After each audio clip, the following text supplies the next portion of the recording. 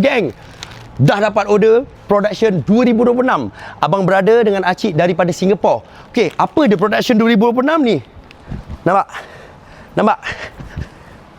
Kalau korang tengok Boyjan pernah lompat sopa tu, itu adalah production baru 2024. Untuk 2026, walaupun belum 2026, Boyjan dah dapat order. Dan Abang Brother tu orang pertama yang lock sekali order, geng, 100,000 lebih. Orderan 100,000 lebih. Okey, ini salah satu contoh production 2026. Nampak? Pejal lembut macam sofa mewah.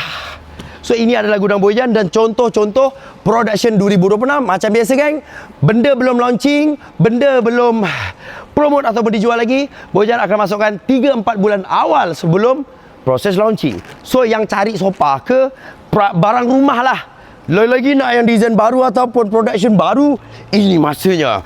Ini 1 hari bulan 11, geng. Dah dapat order. Tada. Okay, one more dari sini